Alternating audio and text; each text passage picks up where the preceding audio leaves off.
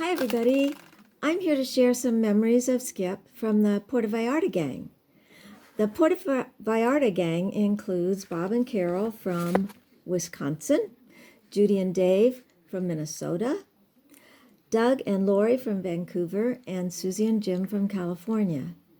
Now every year for many years, we meet up with Skip and Esther for several weeks. We enjoy hanging out together, going to concerts, going to dinner, and just meeting up throughout our days. When the winter eases up, we say our goodbyes and we head back to our homes and look forward to being together again next year. Now, we all have distinct memories of Skip. Skip didn't play tennis, although he usually made his entrance onto the courts as we finished up tennis in the morning, and he was looking for Esther, but he always had some tidbit of news to share and a comical or satirical remark to, kind of start a conversation. And as you can imagine, he didn't play volleyball or suntan around the pool or participate in water aerobics or cribbage or ping pong, but we all remember him sauntering around the resort looking for Esther, usually with an iPad in hand or a book in hand.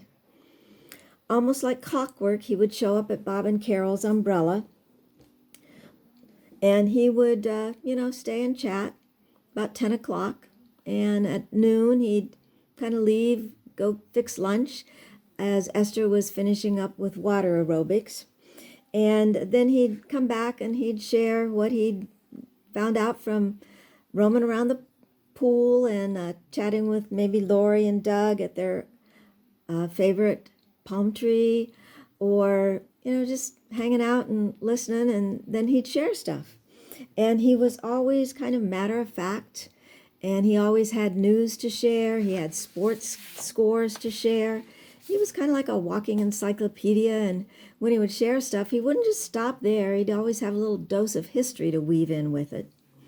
And although he didn't participate in any of the games, he was a pretty good sport when it came to the first annual PV Crazy Game Olympics. I can remember Skip wearing a towel and a shower cap as he was participating in the relay race. Can you picture that? Well, Judy remembers Dave would hurry off to watch the sunset, and she really didn't want to go with him sometimes. And Skip would say, "That's all right, Judy, the sun will set tomorrow."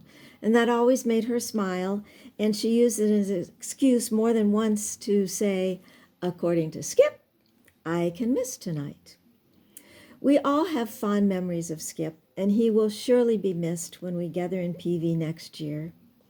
We're grateful for the chance to know the amazing person we remember as Skip. We look forward to visiting with Esther and giving her lots of PV hugs in 2022 and sharing our memories with her.